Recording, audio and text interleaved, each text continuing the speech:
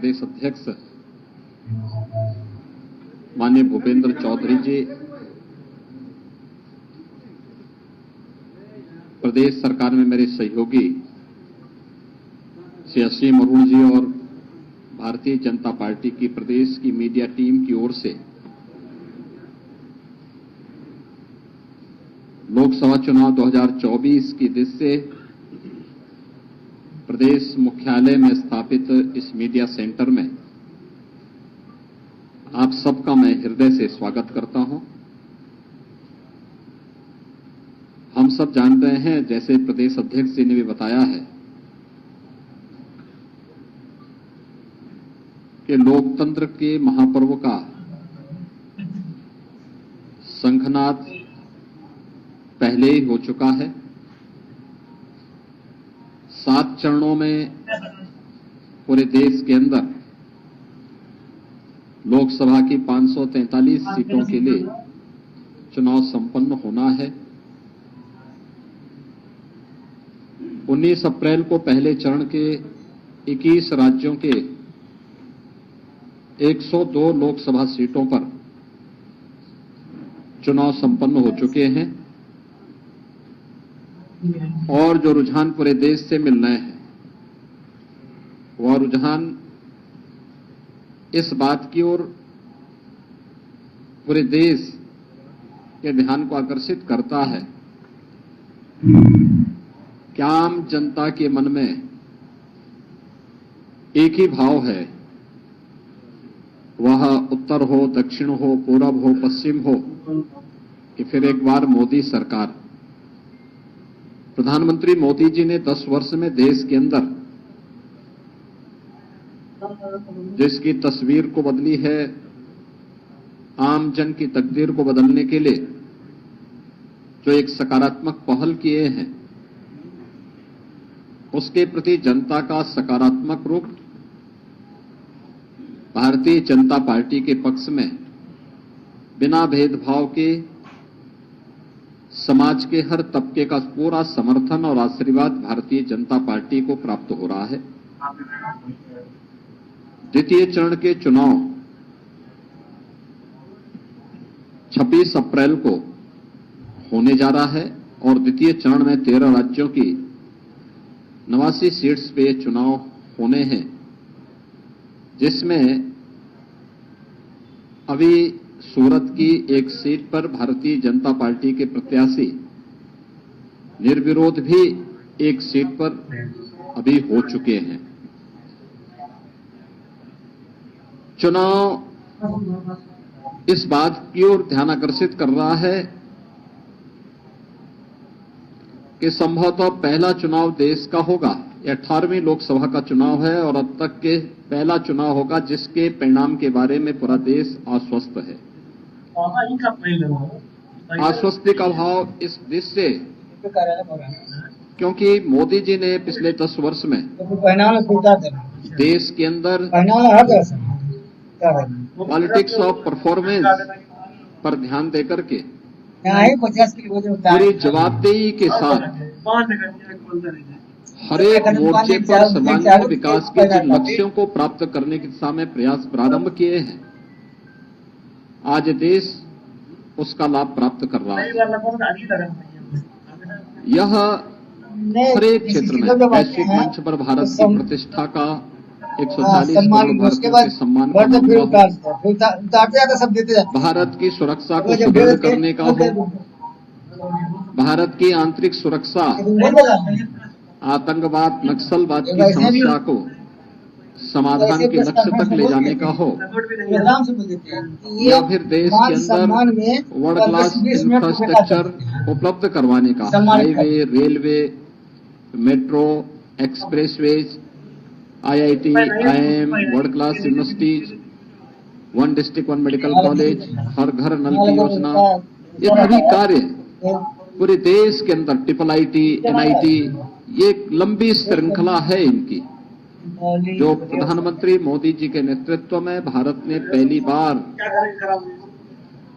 Government performance के आधार पर भी कार्य कर सकती है और उस आधार पर जनता जनार्दन के बीच में जा सकती है। यह पहली बार देखने को प्राप्त हुआ है। पहले सुबह सब निकलवा के कपड़ा काट देश के अंदर उसके बाद गरीब कल्याणकारी योजनाओं का लाभ भी बिना भेदभाव के 140 करोड़ लोगों को प्राप्त हो सकता हो, यह भी देश पहली बार देख रहा है।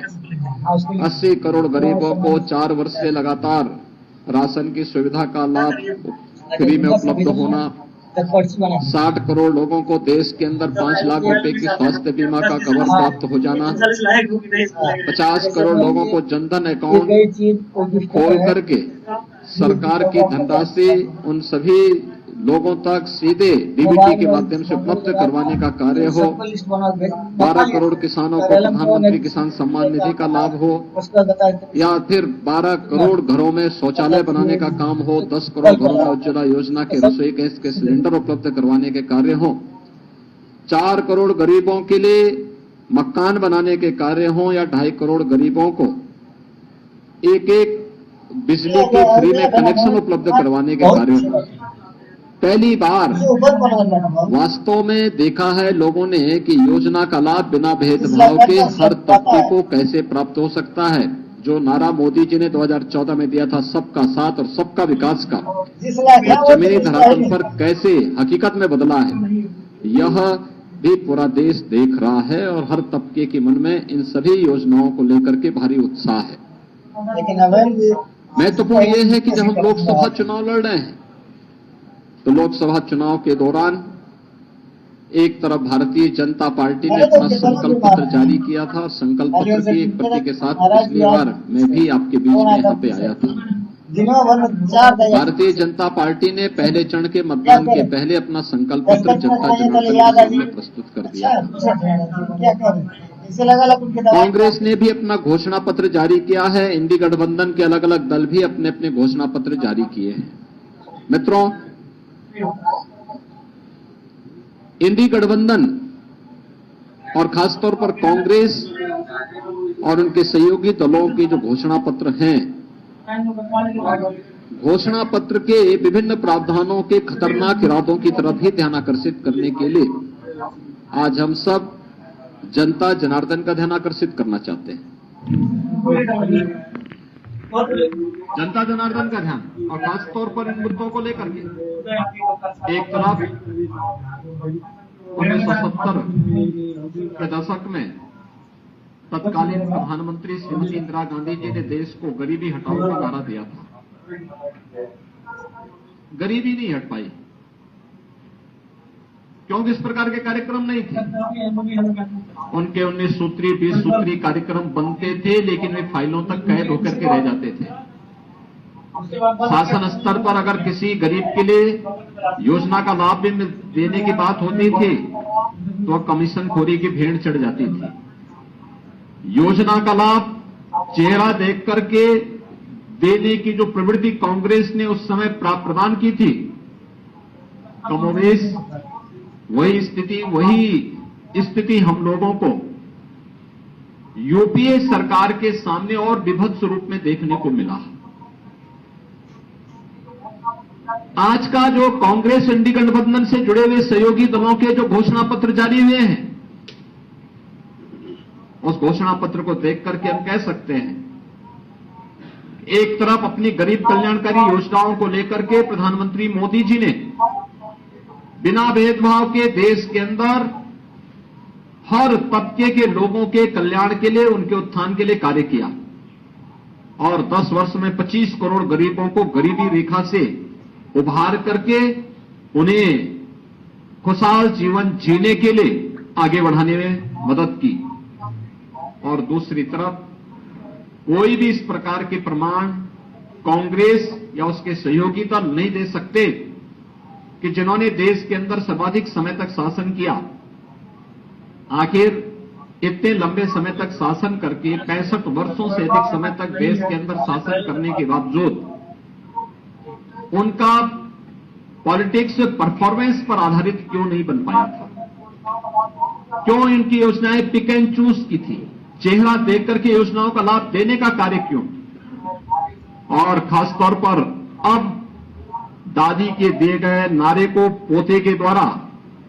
किस प्रकार से तोता रटंत की जा रही है कि हम एक झटके में गरीबी हटाएंगे, और गरीबी कैसे हटाएंगे, इसका अगर आपको उनके घोषणा पत्र में देखना हो तो यह खतरनाक इरादा भी है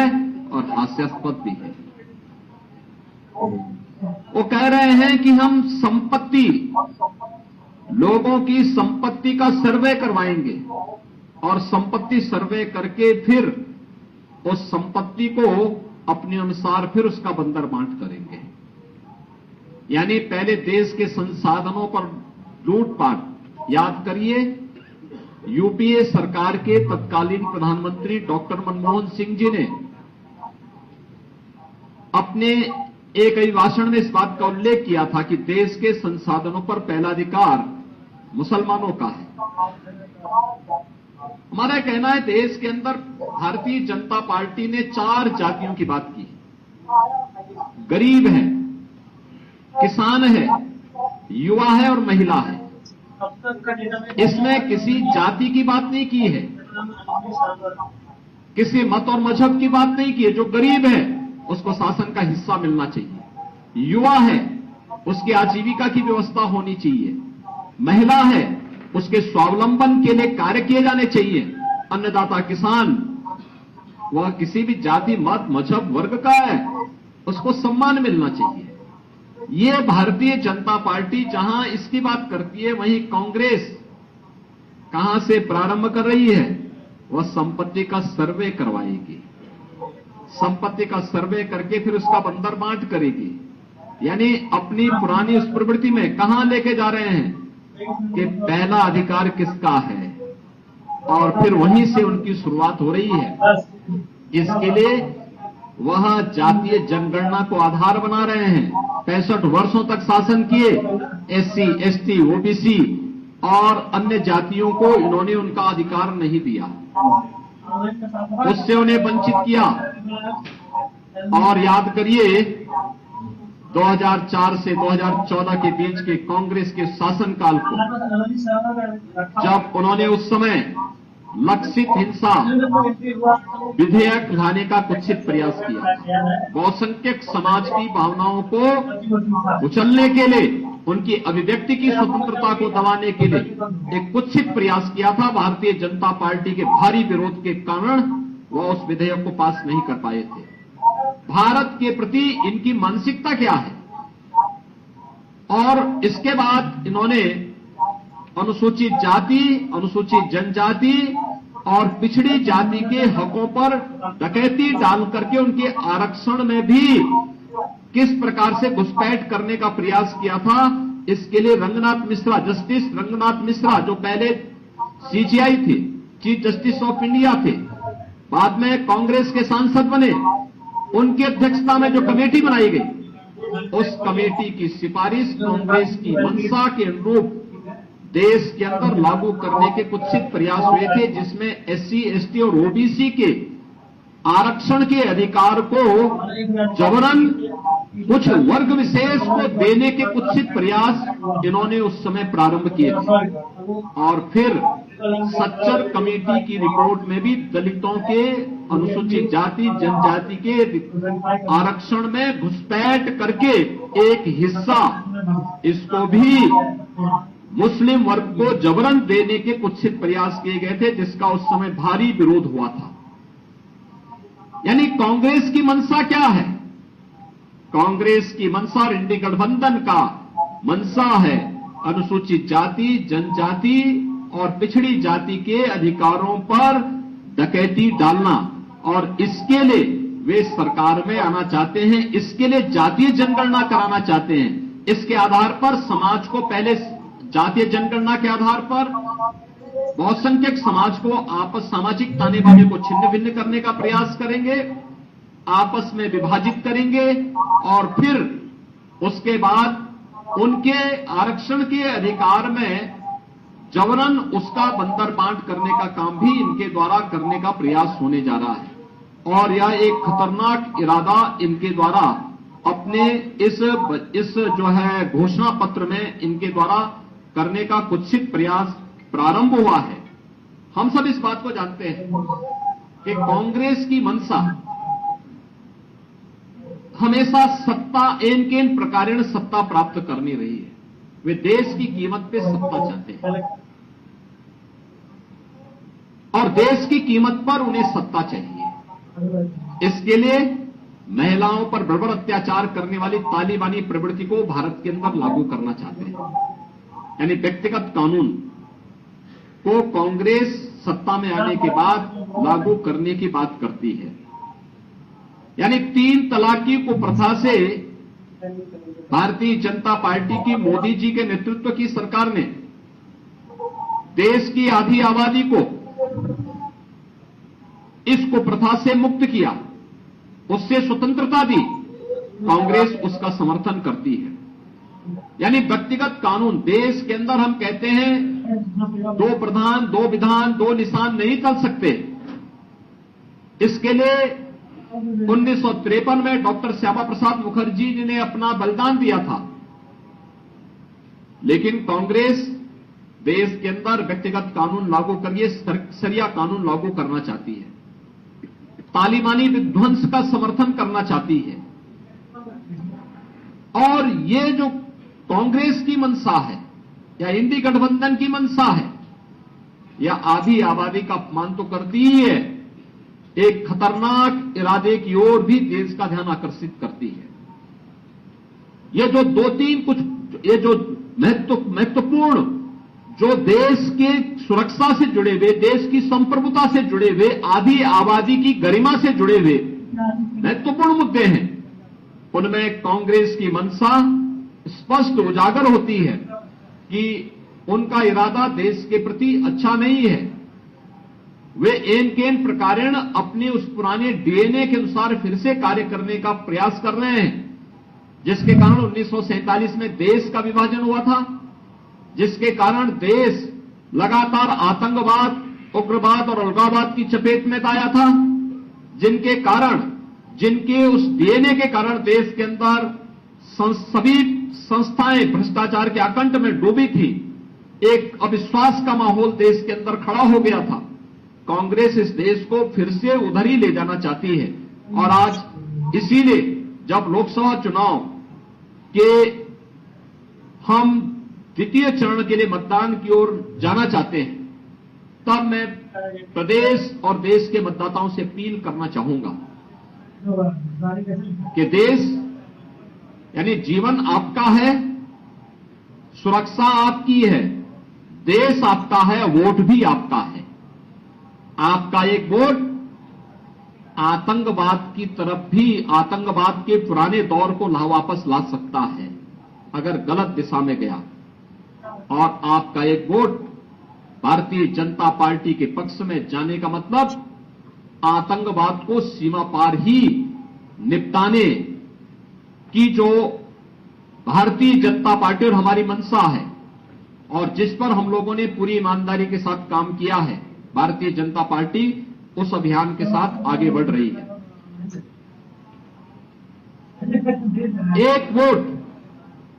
जनता जनार्दन की सुरक्षा के लिए खतरा पैदा कर सकता है अगर गलत दिशा में गया, लेकिन भारतीय जनता पार्टी को प्राप्त होने वाला एक वोट वह उनकी सुरक्षा की पुख्ता व्यवस्था करता है।